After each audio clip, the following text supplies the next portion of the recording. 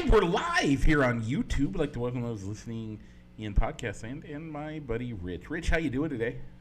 I'm doing good, Mike. So the kiddo that we're watching is sleeping a little better, which means I'm sleeping a little better. So Oh, that's awesome. getting a little better, getting a little bit more sleep. Um, so Mike, we're recording a little late today because of Spirit. I'm probably going to get it wrong, but Spirit Lake football. Yeah. Okay. How did Spirit Lake do tonight? Well, the entire second half of the game, from the halfway through the second quarter through the end of the game, Okoboji was under the mercy rule, so continuous clock, because Spirit Lake was up more than 35. So it was bad. We lost 45-7. Oof. But Spirit Lake is the number one team in the state this year, so you know. Gotcha. And Mike, how have you been? Sleepy. My son's been having some issues with allergies, and I mean I'm having allergy issues too, but we soldier on. So he hasn't been sleeping well. I haven't been sleeping well, and yeah, it's been rough, but we make it. So, okay, Rich, we got a big show for you this week. We're gonna talk about not quite our last trip, but the Swan song, the penultimate weekend for Cubs baseball. Mm-hmm. For our discussions, as well as Masked Singer's back, bro. It is. What else we got on the show? Was back. Well, Mike, we're going to go into the NASCAR corner, as we had a cutoff race last week for the playoffs. So we start round 2 in the playoffs, as well as we're going to talk the past week in football and give you our picks for week number 4. Mike, all that and more, but what do we got to do first? We got to roll the intro.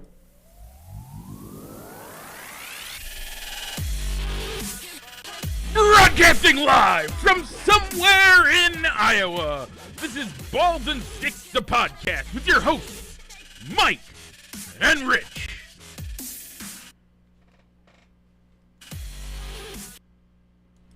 And we're back. Okay, Rich, before we get into any of that, we got to talk about French toast versus omelets. Poll question for the week. Rich, how did you vote? I went with an omelet, Mike. I don't blame you. I think it's a little slightly unfair on that vote, mostly because the vote is unlimited. Like whatever omelet you want, you're not limited. It's not even like at Denny's that you only get 3 free items in it. You get all the meat and all the veggies if that's what you want. You get the full Denver omelet for the same price, for the same vote as you get a cheese-only omelet. Yeah, or what they call an omelet, like your breakfast bar ones, where it's like it's in the wrapper, kind of like a Hot Pocket, but you put it in the microwave and just as a cheese omelet. So we did not specify what type of omelet it had to be. And when I think of an omelet, my probably favorite omelet that I like to get is over at Jimmy's Pancake House, and being the farmer's omelet, which is kind of like a Denver omelet, but they put your hash browns inside the omelet and then smother it with sausage gravy. That sounds delicious. Sounds like so. We didn't put this on the poll because it probably wasn't one that would have made it that far. But there's a dish at the airport, or at least when I was at the airport, called a egg stacker. So they take, I think if I remember correctly, it was your country potatoes, with eggs, with gravy over the top, and it might have been bread, country potatoes, eggs, gravy over the top. Either way, delicious. All right. So, Mike, I take it you went with French toast. I did go with French toast, mostly because I just love good French toast. Like, it's hard to beat good French toast. So, All right. So before we went on the air, Mike, we did have a tie. So we had to bring in a tiebreaker vote, which this week was my wife, since she did not your vote on the poll wife, originally. yeah, So coming out, so it was 3-3. Mike, joining you with French toast was your mom, Sue Hart, and my brother, Josh Hendricks. But joining me for the omelet was our cousin down in Texas, Mark Malloy. Um, Frequent voter on the poll on our polls, Mickey O'Roderwerk, and our tiebreaker vote that my wife made went to omelets. So omelet will move on. okay. I'm not mad at it. I'm not. I personally think that it's a slightly unfair one, but I get it. Um, I'm not mad at it though. Okay. I like I both mean, those the options. votes, the poll questions are gonna get the matchups are gonna get harder to select as we pare down our entrees. So, Mike, our poll question, we're going to be on the cereal side, and this will be the first round. This will be the third round for cereal, and it'll be Reese's Puffs versus Fruit Loops. There's only one answer on this one that's acceptable, by the way. If it goes any other way, I void all the poll questions. You people don't know what you're voting on. You don't understand. Mm. All right, Mike. So tell them where they can find our poll questions, Mike. You can find our poll question on facebook.com/ballsandsticks or facebook.com/fans of balls and sticks. Or if you're friends with Rich or I, we post it there, as we both tend to share it out regularly and get it out there to all of you.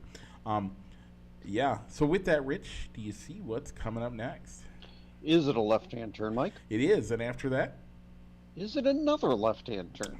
totally is, but I'm not happy about it because we're heading into the NASCAR corner, presented as always by Triple I Sports Cards Incorporated, Moline, Illinois. Check them out for all your sports memorabilia needs on 5th Avenue in Moline or on their eBay store. Once again, that is Triple I Sports Cards Incorporated. Rich, I'm not sure how I feel about this week. I can understand that, Mike, as let's go with the results first and then we can talk through it. So your race winner was Kyle Larson, who I chose as my playoff driver this week. Mike, your playoff driver of Chase Elliott came in second.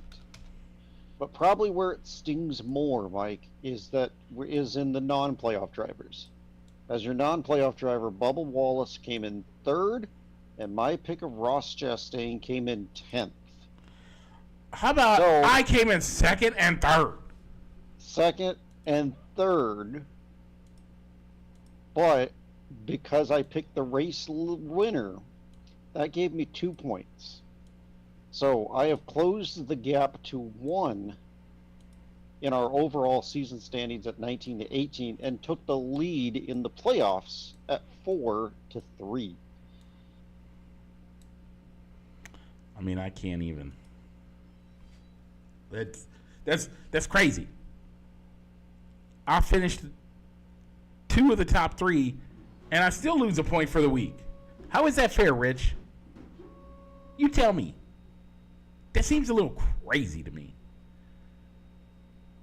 That go goddamn Like, man, that was so good.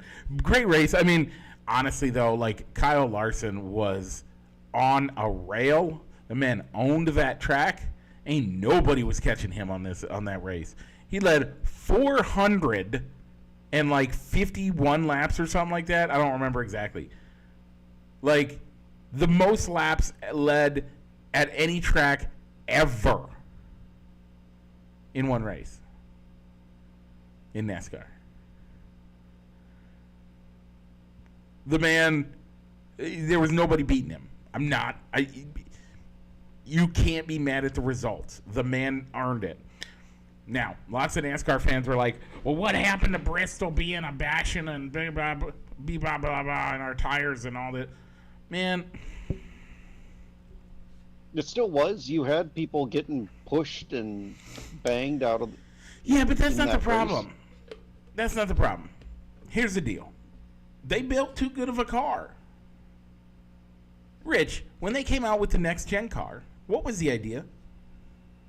It was going to put everybody on an equal playing field. An equal playing field. If every car is the exact same speed, and it comes down to driver skill, it's hard to pass. Rich, if you and I are both driving 55 miles an hour, how are you going to pass me? Probably not. Right. If you and I are at a track and we have lap times. So here's the thing. In NASCAR, in order to pass, you have to have probably 2.5 to 3/10 of a second faster than the other guy. Now that doesn't sound like a lot because it's not. 15-second laps, 2.5 second or 0.25 of a second faster minimum to be able to pass somebody. But that's on big tracks where our turns are sweeping and there's lots of room to do it. But when we're talking about a tiny little track where there's not a lot of room, the next gen car is not going to let people pass. It just doesn't. The reason that it doesn't is because the cars are all the same. Now, some people say this is a bug. I argue that it's a feature. This is what we want in... No, I don't want. You want to know what I want in NASCAR, Rich? What do you want, Mike? I want to go back to the days when I could tell what car I'm looking at. In the 90s, they had a Thunderbird, they had the Taurus, they had the... I can't remember what Chevy had. It was before the Monte Carlo, but it was... Anyway. Oh, okay. But all of their cars... Like, literally, Ford actually had two different cars that they...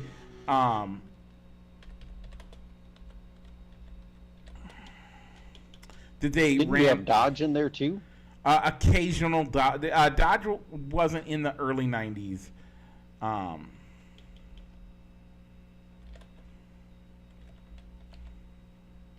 the 90s wouldn't have had the Pontiacs. Pontiac was in there, yes. So Gen 3 cars. Let me get you what nope, I want Gen 4. Gen 4 NASCAR. Thank you.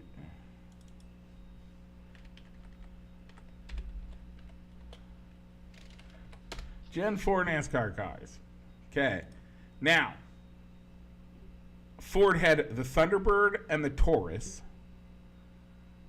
Oh, so in 92 to 99, Ford was racing the Thunderbird. In 98 through 2005, Ford was running the Taurus. So for a couple of years overlap. Chevy had the Lumina, the Monte Carlo. So it was the Monte Carlo was the one that I was used to. I was actually thinking of. But the Monte Carlo, and in 2001, 2000 to 2005, Dodge had the had the Intrepid out. I'm talking the 90s side of that. The Lumina, the Taurus, or the Thunderbird, even the Taurus days, I would say. But if you pull up those cars, even today, Rich, if you pulled up what those cars, pulled up a picture of those cars from the track, and you're not no offense, but you're not a huge car guy. Oh, by the way, Pontiac had the Grand Prix. I forgot about that. 92 to 2004. If you pulled up a picture, you could say, oh, yeah, that does look like whatever the car is. Now, you had to have a homogenized car, meaning that car had to be in that basic configuration.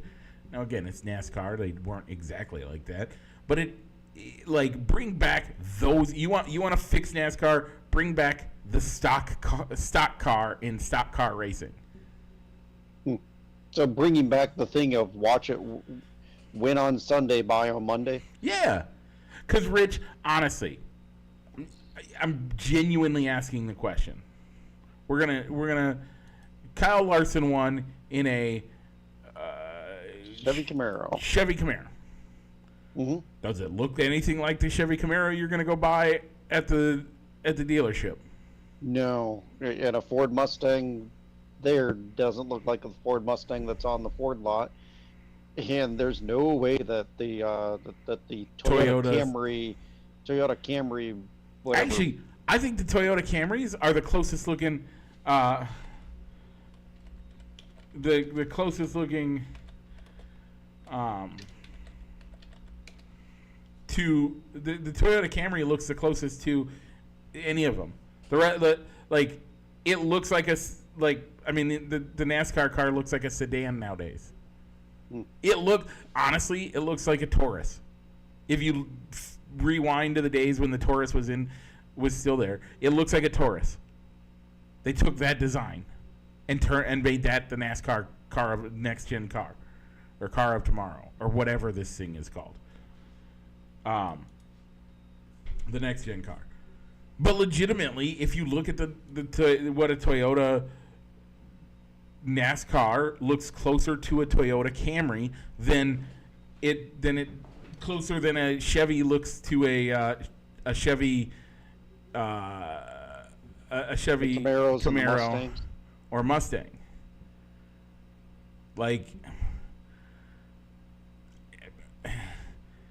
You're not gonna tell me that these cars so. For me, it's one of those things where I'm not a big fan of the next gen cars. Let's bring back, go back to the 80s when the cars genuinely, even more so, looked like the cars that I could drive off the lot. Let's bring that back. I think that would have been the better move for NASCAR. Let's go away from this. Yeah, you got to put I understand you got to put a roll cage in it, but how about it looks like what it's supposed to? Now, does that make NASCAR's job harder because they have to have a laser scanner that knows each different car? Yeah, but that's actually mostly programming, and that would not be that hard to do. So, anyway, all that to be said, I think it's a car problem, not a driver/whatever problem. So, Rich, you are up 4-3 in the playoffs. I still lead 19-18 overall. Rich, let's give a quick update standings for where the drivers are in the playoffs. All right, Mike. So eliminated for ones that did not get above the cut line, leaving Bristol and are out of the playoffs. Retiring driver Martin Truex Jr., Brad Keselowski, Harrison Burton, and Ty Gibbs. So going into our race in Kansas for the Hollywood Casino 400, the drivers below the cutoff line for the next round are Austin Cindric, Daniel Suarez, Alex Bowman, and Chase Briscoe. So your drivers moving on pending the results of Kansas are Kyle Larson, Christopher Bell, Tyler Reddick, William Byron, Ryan Blaney, Denny Hamlin, Chase Elliott, and Joey Logano. Yep. So for me, Mike, I really didn't see any surprises as the guys that were under the cut line. I would have liked to have seen Truex move on and go on to the next round of the playoffs, especially this being his farewell tour. But everybody else, the other three drivers, Keselowski, Burton, and Gibbs didn't really surprise me that they didn't make the cut for this round. Keselowski a little bit. Keselowski's a really good driver. He's been around for a while. He was on fire for a while there, but I think a lot of that had to do with the fact that Ford had some advantages in the mid 2000s era, the 2010 era, that time frame. But still doing great. Okay, Rich. You talked about Kansas. We're going to the Hollywood Casino 400 at Kansas. I was at this race a year ago, I think. I know, and I was at the spring race 2 years ago. Yeah. One of these years we should go to a race together. Should. Should. Actually, I do love the idea of doing a Kansas race with you guys. I actually like this fall race better. And you've seen the pictures on Reason Why. There's a field of sunflowers that you can go visit that just was fun to take pictures in and stuff. Yeah, it was kind of hot, baking out in the sun at this spring race though. And the problem with most NASCAR tracks is there's no shade anywhere. There's no shade. They just don't make shade there. So, okay, Rich, you have the honors for playoff driver, even though if we were going off points earned in the week, I would have destroyed you with my 1-2. But we go off of where they finish on the grid. Yep. And you get a bonus point. I do. All right, Mike, I'm going to go back to the well, and I'm going to go with Kyle Larson. By the way, if Larson would have wrecked in the last 50 laps and my guys finished 1-2, I would have gotten 4 points, remember? Yes, you would have, but it didn't happen. So I'm going to go back to the well with this round having the Roval at Charlotte and Talladega. I think this is one of those races where Larson's going to want to pile up some points since he's not a super speedway racer, and while he's decent at the road courses, he's not a dominant guy on the road courses. So I think this is the race that he wants to that his team, I think, has circled on the calendar as the one to pile on to his points. I don't mind that as an argument, but I think it's a different guy who needs a win more. Again, I think you just mentioned that Denny would be at or just below the cut line if this was the last race. If this week he is number 6. Yeah, on points. Yeah, so he would just barely make the cut. And so I'm going to pick Denny Hamlin as your race winner this week. I get the non-playoff driver side, and I'm going to take Ty Gibbs, freshly off of not making the playoffs. Again, once you're not in the playoffs, you have nothing to lose. Go for it all. Go for the win. All right, I'm going to go with Martin Truex Jr.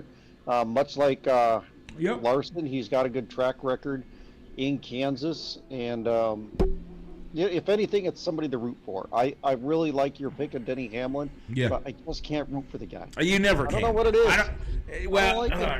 I can't root for him. So here's the thing. I had been the last couple times he won, the last few months, some of his statements I've not agreed with, and then I watched his podcast again, and I remember that I like the guy. So there you go. Yeah. And also, before we leave the NASCAR corner, Mike. Yep. There was a driver swap. Yeah. That's happening for the rest of the year, as Corey LaJoie and Justin Haley are switching teams. As Justin Haley will be going to Rick Ware Racing. Haley coming over to Spire, and Corey LaJoie going over to Rick Ware Racing. So they're going to switch manufacturers and teams. So I was a little surprised with Corey LaJoie leaving the 7, as I think that he brings a lot of the sponsorship dollars to that team. So I was a little surprised that was allowed. That you would have had sponsors going up, but I guess if they've already paid, it doesn't matter. Their team's still going to be on the car. It's just not going to be Corey LaJoie endorsing him if he wins. Yep. Or he finishes in the mid to high 20s at best. Yeah. All right, Mike. Anything else on the NASCAR? I think that's it. So, Rich, take us out. All right, that was the NASCAR Corner presented by Triple I Sports Cards Incorporated, Moline, Illinois, and you can also find them on eBay. Triple I Sports Cards Incorporated. So, Mike, we're going to keep on making left-hand turns, but we're going to go to the baseball diamond. Man, it's the last weekend of baseball. I love Sunday is, I think, the greatest day of baseball ever. I think they should move it to the Monday, though. Well, this year you will have a Monday. Oh, yeah, it is a Monday. The Braves and the Mets, due to weather concerns, are going to be playing a doubleheader. And wouldn't you know it, the Braves and the Mets are within a game of each other for a final wild card spot. Yeah, that's going to be great. That'll be a great day for them. The crazy question. Mm-hmm. Doubleheader, ending the season, and they are all alone with all the baseball coverage on them on Monday. Mm-hmm. Does the MLB, now it will never be a doubleheader, but do they do a let's march out the season with blah blah blah and make a big deal out of it next year and have one of these type things where rather than all of the games start at the exact same time like normal, they do something like this where they're like, we're gonna have just one game on Monday, but everything else ends on Sunday and everybody starts at 1:20 or whatever it is. I mean, essentially, this matchup is almost functioning like a tiebreaker series, to where it is where the second game of that doubleheader could be, in a sense, a tiebreaker game, or it means nothing. If the Mets, or it means nothing. I mean, if the Mets win the first game, do they just? I mean, they don't they just trot out the guys that they are going to plan on bench warming, not put a real pitcher in. Like, well, I think they'll put a real pitcher in. What? But it's not going to be anybody that would make the playoffs. It's not going to be one of your top three. No, probably not. Now, if they lose, then they have to put a top three in. If the second game matters. Right.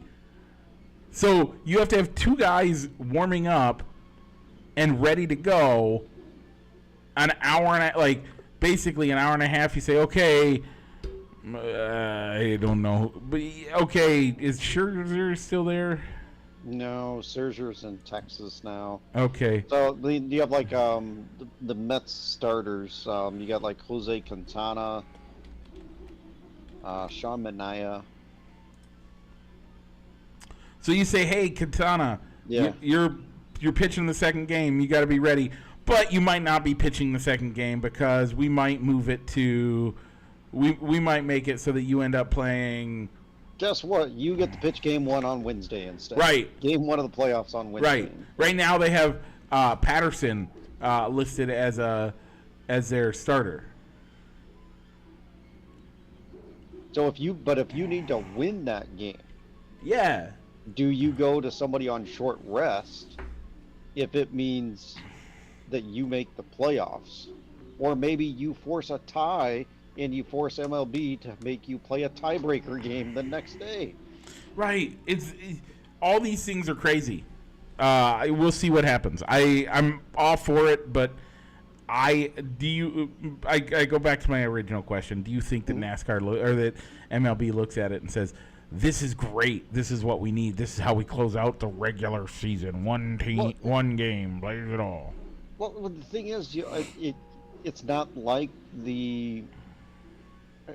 I don't know. I think it's just a circumstances that caused this to happen.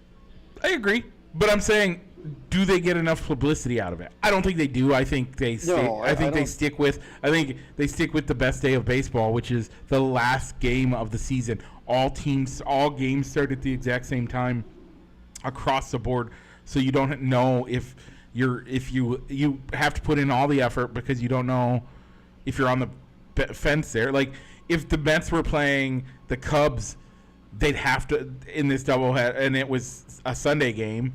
They'd have to both play, or the Mets have to play their best because they need the win.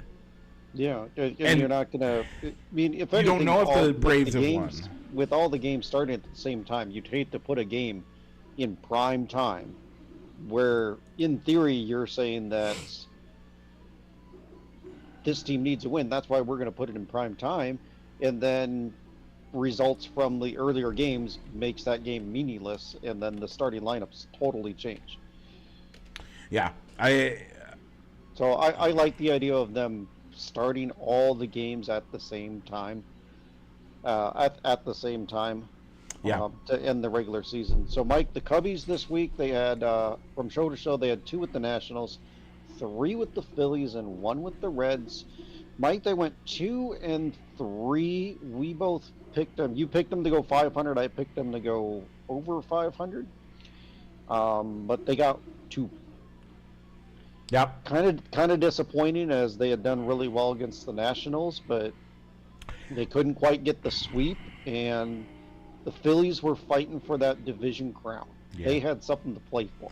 Yeah, I think when I saw those 3 games there, I was thinking that, you know what, they'd have everything wrapped up. They'd have nothing to play for. But I forgot that there was still the first round playoff bye that they were fighting for, as well as securing the division, so they weren't going to throw in the towel. So the Cubs were eliminated from playoff contention on Saturday night. So their season is over. So Mike, before we talk about recapping, no, it's not. They have 2 more games, Rich. Playoff wise, yeah, but they do have 2 more games. So they got to play the Reds 2 more times. So Kyle Hendricks is pitching on Saturday, tomorrow's game, and it could be an end of an era, as the Pat and Ron were hinting at it during today's broadcast, that it could be his last start, not just at Wrigley Field, but as a Cub, because he might not be retained next year, or he might hang it up. And that would be he's the last remaining member of the 2016 World Series team. I don't know how to say this in a way that doesn't sound harsh,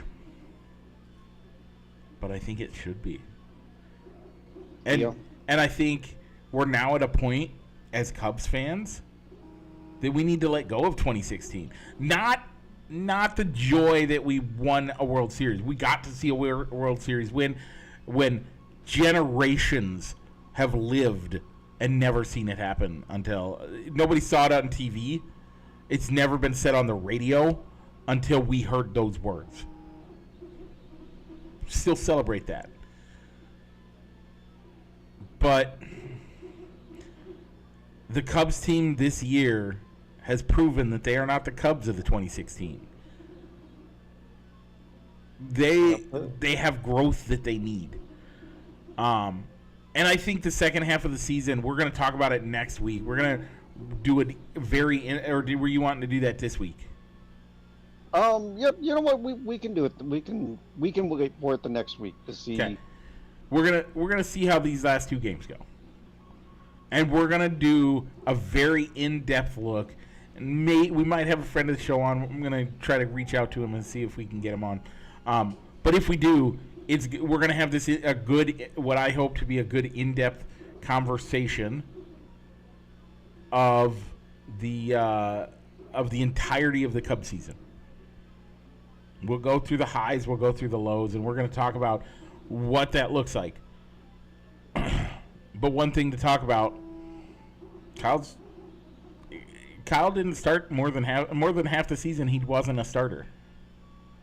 No, he had some injury concerns. They tried him in the bullpen when he came back, and due to other injuries, he got a rotation spot back. But thinking back to that World Series team, all those players, position players, with all those young position players, would you have thought that Kyle Hendricks would be the last man standing from that team? No, but I think it makes sense that he's the last man standing. Let's get into it this way. Let's cap the Cubs with the talk of Kyle this week. What Kyle Hendricks does not tax his body the same way that Jake Arrieta's throwing his 90 to 100 mile an hour fastball all the time and just rip it, grip it, and rip it type stuff. Kyle Hendricks is currently, or at his peak was one of the top finesse guys you ever faced. Never going to send you a heater more than 95 on a good day. Probably he was probably in the low 90s, not even above 95. I was giving him some credit, but yeah, you're never going to see one above 95. But 95 would be on a good day where he's really ripping it. But for the most part, he's going to throw you off speed pitches. He's going to paint corners. He's going to fool your eyes more than anybody else. Physically, not hard. Mentally, extremely hard, because you have to trust, you have to know that when you release that ball, it's going where you intend it to go, the way that Kyle pitches, and that it's going to look like what you want it to look like to that pitcher or to that batter. Mentally taxing, physically less taxing than being an outfielder running around, less taxing, all of those things. So with that, I'm not surprised that Kyle lasted this long. I honestly thought Javi Baez, but if you look at the way he's been playing, he's proved that the guys in Chicago know what they're doing.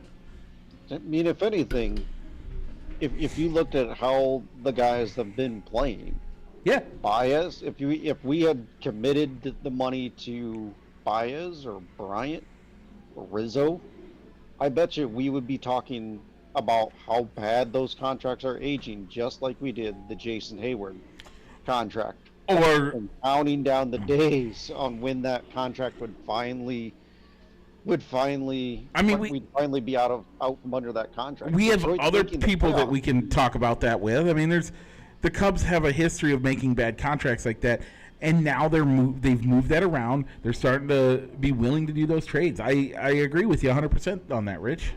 So yeah, at the time it was hard to see him go, but seeing what those guys and even Wilson Contreras, what they have done since leaving Chicago, yeah, they made the right decision not to extend them. 100%. Okay, Rich. With that, they're playing the Cubs. They got a game tomorrow, almost today, but tomorrow still, and then a game on Sunday. I got them taking one. I don't know. Maybe just one. Yeah, I'm gonna go one as well. That we don't know who's gonna pitch Sunday. Yeah, I doubt that. It wouldn't surprise me if they went with a bullpen game on Sunday, as it doesn't make sense to. I think I have Shota Imanaga on my fantasy team, and he was scheduled to start on Sunday, but with nothing to play for, I don't see a reason to put him out there. Why put an essentially rookie contract out on a meaningless game? I don't get it. But anyway, okay, Rich, next week let's talk about what went right, what went wrong, and what we want for next year for the Cubs. With that, Rich, we will talk the playoffs, Mike, as the American League side of the bracket is set, so we'll start there, Mike. So, let me bring up the playoff bracket on the MLB app here real quick. So right now, Mike, your first round matchup in the American League would be the 4-5 series going with Baltimore, Detroit, Houston, and Kansas City. On the other half, with the winner, Houston and Kansas City taking on the Guardians, Baltimore and Detroit taking on the Yankees. So, Mike, who's going to make it out of the American League?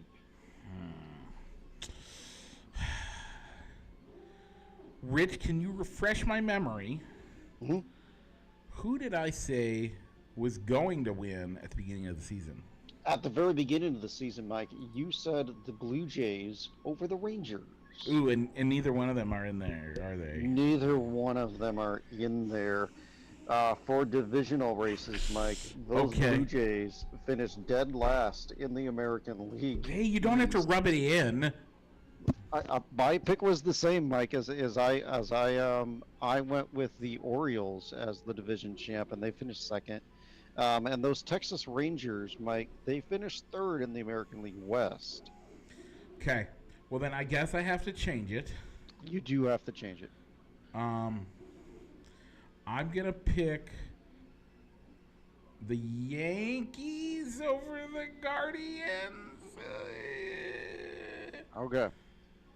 It's not a bad pick. The Guardians, the Yankees have have a good lineup with Soto, Judge, uh, Chaz Chisholm, and they got Rizzo on their team. So it's not that bad of a. Yeah, I'm picking for Rizzo. I worry about their pitching, Mike. Yeah. So my preseason ALCS was the Orioles over the Rangers. The Orioles are going to make the playoffs as a wild card team, but I'm not going to have them reach the World Series. I'm going to go with the Cleveland Guardians. The Guardians, while their starting pitching may not have any household names on their starting pitchers, but they do have one heck of a bullpen, and that a good bullpen that can shorten the game in the postseason is a big thing. So I'm going to go with the Guardians making it out of the American League. Okay, over in the West, Rich. I picked the Dodgers over the Cubs. Wow, was I wrong with those Cubs? Rich, you picked the Braves over the Dodgers. I did. Yours still technically has the ability to make it? They do. The Braves are one game back of the Mets in the wild card, but with that head-to-head matchup, they could still find a way to make the playoffs. Yeah. Make some waves, make it into the playoffs. But with Ronald Acuna Jr. and Spencer Strader out for the season very early on in May, I'm not going to go with the Braves. So I'm going to flip mine. And with the way the bracket is set up, I'm going to go with the San Diego Padres over the Phillies. Ooh, San Diego. You know what that means, Rich? San Diego. What's it mean, Mike? San Diego. Yeah. So I'm going to go with the Padres over the Phillies. The Phillies look good. I like both teams' bullpens, but if anything, I'm setting up a World Series matchup that no matter what the outcome is, history is going to be made as neither team is. The Padres have never won a World Series. The Guardians have the longest World Series drought. So, Rich, I am going to pick the Dodgers over the Brewers, which means I have the Dodgers and Guardians as my two. Or no, I have the Dodgers and Yankees. Yes, you do have the Dodgers and the Yankees. And I have the Dodgers winning that. Okay. I'm going to go with the Padres to make it. The Padres to win it. Okay. I'm gonna go with the Padres. So. By the way, I'm doing a new old school New York crosstown rivalry that turned into a cross continent rivalry. All right. So yeah. So while we're here, Mike, we'll do a quick recap of the divisions. Mike, the Yankees won the East, as we previously said. You went with the Blue Jays, who finished last in their division. The Orioles finished second, was my pick. The Central, Mike, the Guardians ended up winning the division. You said the Royals would be winning that. I said the Twins. While Mike, the Royals are going to make the playoffs. And when you told me Kansas City, I was kind of scratching my head. So a very tip of the cap to you, sir. Thank you. All right, the AL West, Mike, we both said the Rangers would win it, and the Houston baseball team won the division. Good job, Rich. Good job. I like that. Yeah, the Houston baseball team, I mean, I think we both honestly thought that there was a good chance they could win it, but neither one of us wanted to give it to them. So, Rich, wild card one, I said the Orioles. You said the Houston baseball team. Well, your Houston baseball team's in, but I got that position right, as the Orioles currently have a wild card. For wild card two, I said the Rays. You said the Yankees. Yankees are in the playoffs, but not as a wild card. But not as a wild card. I forget if the Rays made it. No, they're not going to make it. Okay. The Rays finished second to last in the East with a record of 79-81. Okay. And I said the Mariners, and you said the Blue Jays. As we've already discussed, the Blue Jays are not going to make the playoffs, and the Mariners, I do not believe, are making the playoffs either. They are not. The final two wild cards, while the seeding might be different by the time the playoffs start and we come back on the air and record next Saturday, the wild cards for the American League are the Detroit Tigers and those Kansas City Royals. Okay, let's go Royals. Okay, over in the National League, we have the East was won by the Phillies. You and I both said the Braves. The Braves have the slightest of chance to be in. They have to win 2 games against the Mets on Monday, as we discussed earlier. In the NL Central, we both picked the Cubs. I think we were very optimistic at the beginning of the year. The Brewers totally destroyed us, and the Cubs, they still finished over 500. And second in the division, right? Second in the division. I mean, we could end up not second, but whatever. And then we are guaranteed to have a winning record. We are guaranteed to have a winning record. That's a good thing. In the National League West, we both said the Dodgers, and guess who won it, Rich? The Dodgers. The Dodgers. And so with the wild cards, the only wild card that we know right now is that the Padres will make a wild card. The other 2 are the Mets, the Braves, and the Diamondbacks. D-backs. So, Rich, you and I both said I said the Reds, the Mets, and the Phillies. You said the Phillies, the Diamondbacks, and the Reds. The Reds are not going to make it, and the Phillies are not going to. Or the Phillies won the East. So we were almost right. From a wild card perspective, the Reds finished 12 games in back of the wild card, pending the results of the next 2 games with the Cubbies. Yep. And when I was filling this in the other day, Mike, I was surprised that neither of us picked the Padres. Yeah, I don't know if that one slipped. That one totally slipped by. Slipped through the cracks. So I was slightly shocked when I saw that too today when I brought it up just a little bit earlier. Okay, Rich. With that, let's head off the diamond and let's head to the gridiron as we talk about Week 3 in football for the NFL. Rich, we both picked the Bears to win. The Colts pulled it off, 21-16. That drops both of our records to 2-1 on the season for the Bears, which the Bears are reverse of that at 1-2. Yeah, the first half of that game was really ugly, as it seemed like neither quarterback was really playing that well. I think there were some positives to come out of that game. So everybody's saying, well, why are you having Williams throw the ball 49 times, 52 times, whatever times, and you know what? We're starting to get our game going. It's a good thing. And when you're not be able to do anything on the ground, you got to throw the ball. You got to do it. It'd be different if they were moving the chains with the running game, but when you're running backs, no matter which one you put in, Roshan Johnson, DeAndre Swift, or Khalil Herbert, or whether you have you do an end around or you do any of those things, nothing was working on the ground. Nothing. Yeah, I agree. By the way, Rich, I will come back to Bears play. Well, let's do it now. Okay. So we're not doing power rankings this week. Right. So go ahead with your Bears talk. So real quick, and I don't remember if it was this game or last week's game, but I don't think I shared it on the show yet.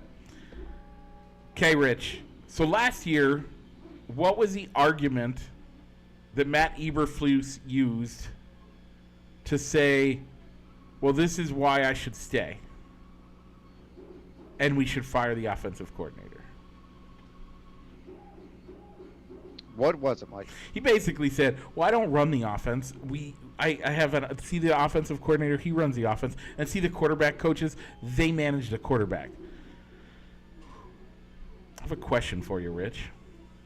And I'm sure you probably asked it on the show already, but go ahead, Mike. Why does this offense look like the last 3 years' offense? Because the offensive coordinator is completely different.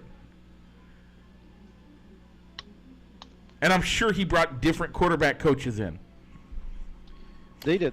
They're Explain to me why their offensive play looks so similar. Their receiving core is not the same. Their quarterback's not the same. Tell me why it looks nearly identical to what it did last year. They're still learning the offense. Okay, but whose offense? A variation of the Sean McVay offense. Whose? Shane Waldron. Okay, but who was it last year? It was Justin Fields. No. Whose offense Luke were they Getsy. learning? Whose offense were they running last year? Luke Getsy, who came from the Shanahan, I believe.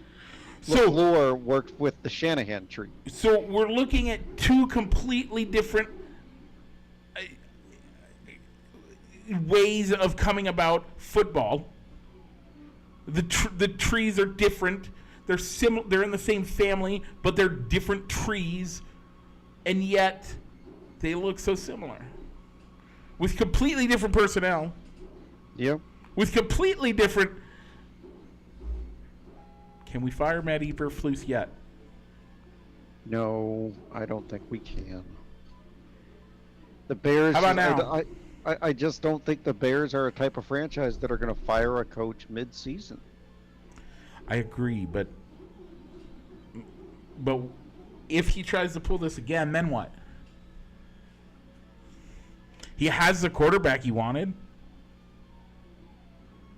Yep, it is his quarterback. He was the one that hired Waldron. Waldron was hired, and I'm sure he was involved in the selection of Williams instead of Daniels, or keeping Fields. Rich, I know that you get sick of it when I get fixated on one specific thing for one group or this or that. I can't use the word that Houston uses. I don't say the word that Houston uses to talk about their baseball team.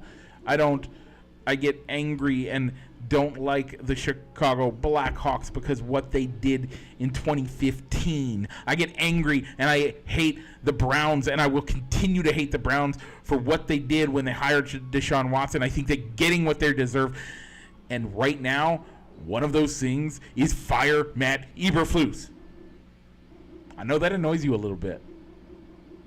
But are you starting to come around?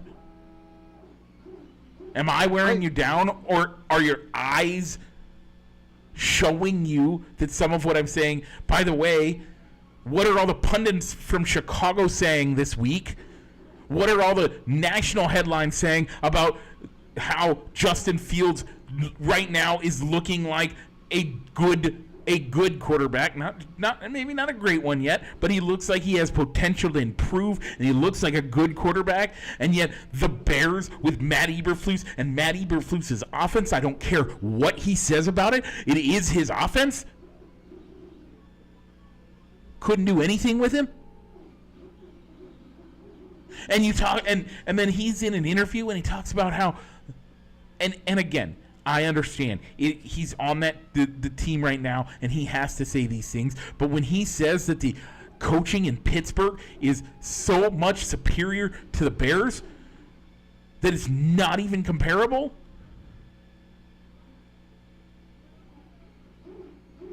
I'm sorry. For all of those that have listened this week to, well, the problem's not the quarterback or the receiving core or this or that. It's not that. It's fine. And then people are finally saying what I've been saying for how long, Rich? Probably 2 years. Welcome to the bandwagon. We got plenty of room. You're all welcome. I can't. Sometimes, when you look at our baseball picks, I got a lot of those wrong. I don't. Predictions I'm not great at, but when I look at takes on quarterbacks and coaches and stuff like this, you know what, Rich? Go through the past 5 years, 7 years of this show. 7 years. We're 7 years in on this show. When I make statements like this about coaches, about stuff like this, I'm right more often than I'm wrong. Do you agree? I will give that one to you. I'm just not ready to come off.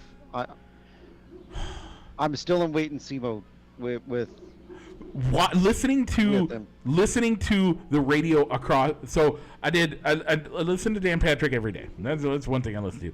But I will then put on Chicago radio or Iowa radio. When I listen to Chicago radio, you know what they were talking about all week? Fire Matt Eberflus. I'm like, welcome to the bandwagon, guys. I've been saying that for 2 years, almost 3. I didn't think he was the right pick.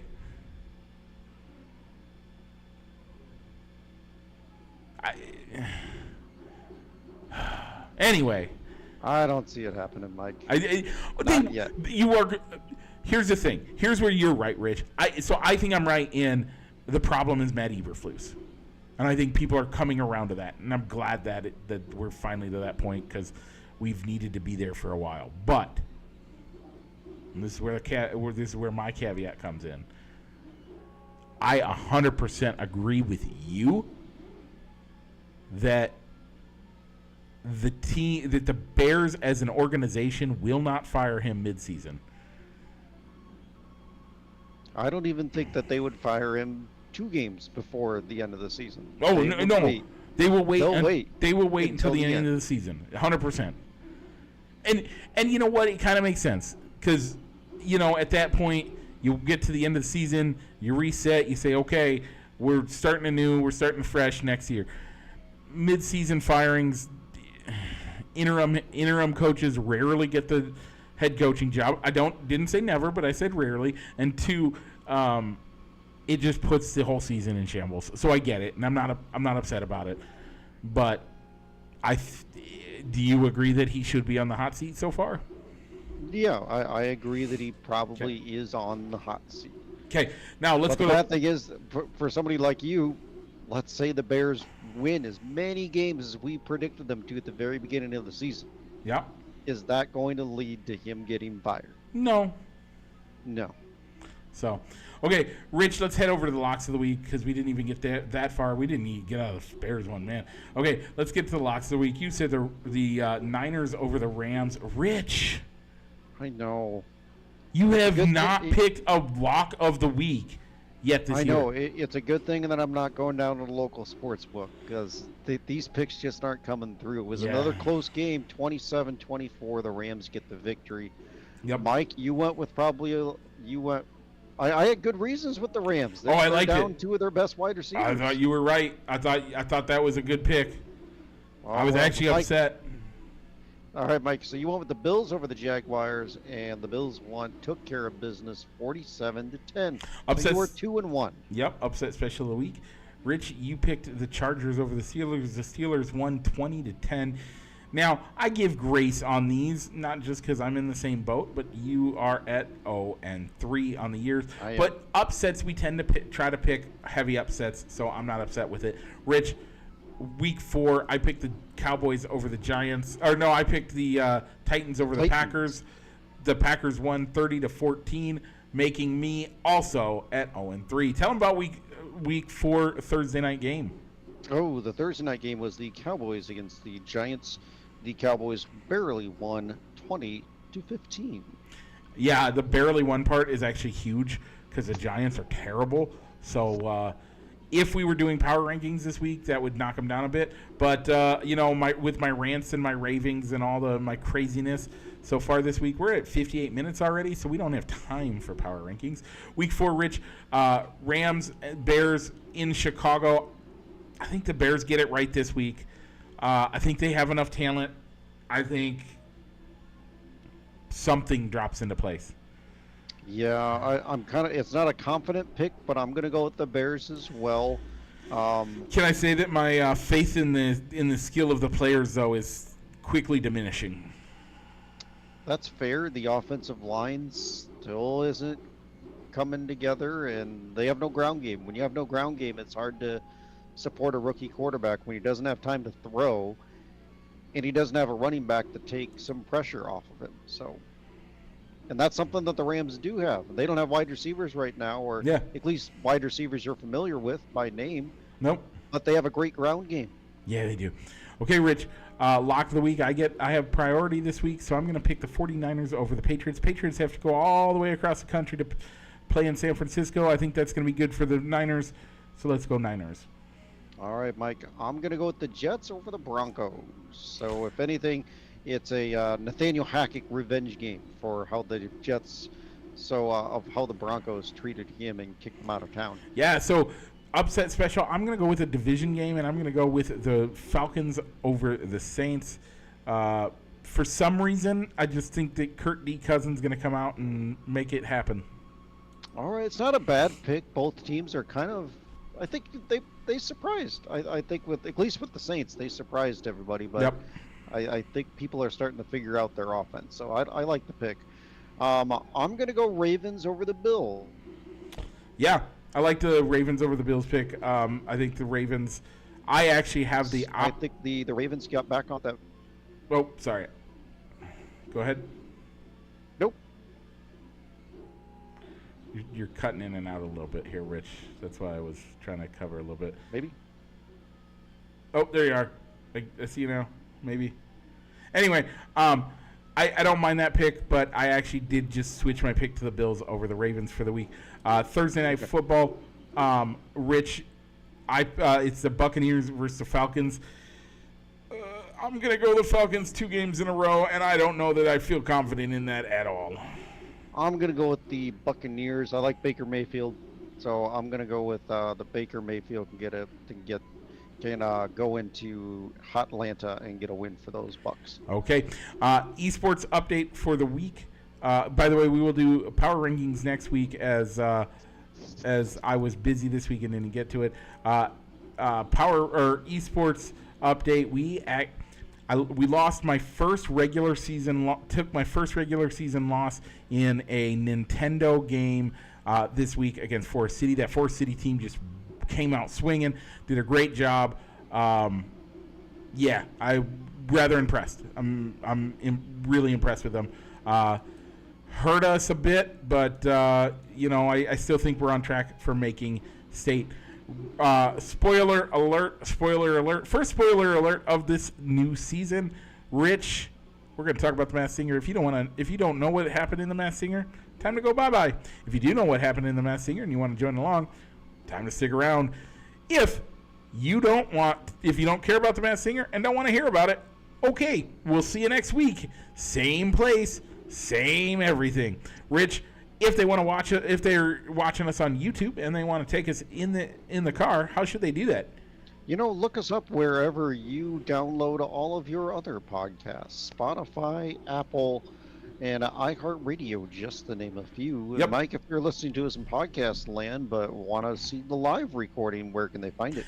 You should not do this while you're driving, but you can do it on YouTube and look up Balls and Sticks, Balls and Sticks.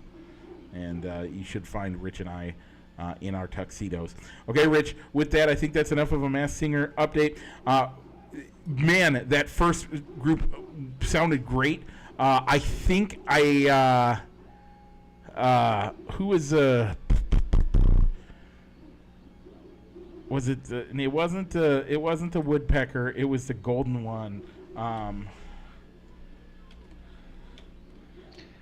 I'm fairly confident that I think Cyndi Lauper is the ship. The ship. Yeah, I didn't even think of Cyndi Lauper as a ship. I like that as an option. Are we in season 11? Yes. Okay. No, season 12. Season 12. So. No, we're in season 11. They've had 12 behind them the entire episode, Mike. Oh. Well, they don't have season 12 available on the episode thing that I'm following. But anywho, you had I liked how they did the Buffaloes, of introducing just one, and then through the entire course of their number, Buffaloes 2 and 3 came out of nowhere and joined in the song. I didn't like it. I didn't like it at all. I still think that ensembles have an unfair advantage because especially the ensembles that they tend to do have such great harmonies that I don't think it's fair. And I get that. I mean, I think Woodpecker came out and did a great job. I think she actually did better than the Buffaloes, than any individual Buffaloes, but I think she loses to the Buffaloes because the Buffaloes have so much better. The harmonies just kill it. Yeah. So, but I did think the Buffaloes sounded great. I'm not sure who I think it is yet, but we'll see. I don't know who it is either. So I enjoyed it, but much like it is on the first episode, you have a pretty good understanding of who's going to be going home. Yeah. Oh, the first night. Yeah. And the leaf sheep. By the way, a leaf sheep is actually a slug. But it looks very similar to what they call the leaf sheep. I liked it. I was fine with it.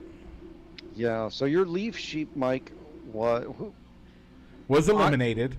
And when they were going through the clue packages, I agree with Robin, thinking that it was Troy Aikman, as somebody that had resurrected a franchise. They had the cowboy hat. They had the Seahawk with a little cowboy hat on. So I did think it was Troy Aikman. Now I think so. Two different things. One, I think the person that it is, they picked the wrong thing. I think it should have been Crybaby. And Crybaby. I think that should have been their costume, Crybaby. And I'll explain that in a second. You know why, but more importantly, I think the clue package, and I agree with Jenny very little, but I thought Jenny was onto it with the clue package. As soon as the voice was heard, I did not think the clue package was anywhere near right. But I thought Tom Brady fit a lot of the statements in the clue package. Now, the voice started, and I knew it wasn't Tom Brady. Yeah, but the thing is, them talking about GOAT. I've never thought of John Elway as a greatest of all time, maybe a greatest Bronco of all time, and to say that he was connected to their whole ambassador thing of DeMarcus Ware. When I think of DeMarcus Ware, I think of him as a Dallas Cowboy, not as a Denver Bronco. Yeah, so that's what really led me going. It's Troy Aikman. Yeah, no, and I would agree with that, but I went to Tom Brady, and here's the added thing that they didn't talk about. Who just started working for Fox this year? Tom Brady. And who doesn't work for Fox anymore? Troy Aikman. That's why I didn't think it was Troy Aikman. Personally, I didn't think it was Troy Aikman. But I did think it was Tom Brady because, Fox loves to take their characters, take their people that are on their shows and stuff and crossbreed them across as many streams as they can. So that's why I thought that plus the clue package, I thought Tom Brady was the one. But it wasn't. Rich, tell the people who it was. Oh, it was John Elway. Yeah, John Elway. Who in all fairness, he did resurrect the Denver Broncos. But he delivered them to a Super Bowl. But wouldn't a Crybaby have been better? Because he forced his way out of Miami, right? Wasn't it Miami? It was Baltimore, Mike. Oh yeah, Baltimore. The Baltimore Colts. Yeah, forced his way out of Baltimore to get to Denver. Sucks to be I don't like those type moves, but whatever. Overall, I think the ship is probably one of the best. It's probably the best that we've heard so far this year. But again, we've only had one night, so we'll see what else we get. Yep. Next week you get the theme is Footloose. Yeah. With group number A. Okay. All right, Mike. So now we're going into the shout outs, and Mike, I got 3 shout-outs. I had 2 birthdays. My father-in-law's was on Monday. My brother's was on Tuesday, so happy birthday, guys. And also a congratulations to Ryan and Max, who are getting married this weekend. Nice. Some cousins of ours. We weren't able to make the wedding, make it out to the wedding, but wish we could have, but congratulations, though. Yeah, you got You got slightly funner things to deal with right now. In your own way. Yeah. So, okay, Rich. All right, Mike, do you have any shout-outs? I don't. You know what it's time to do? All right, Mike, go ahead and roll that outro.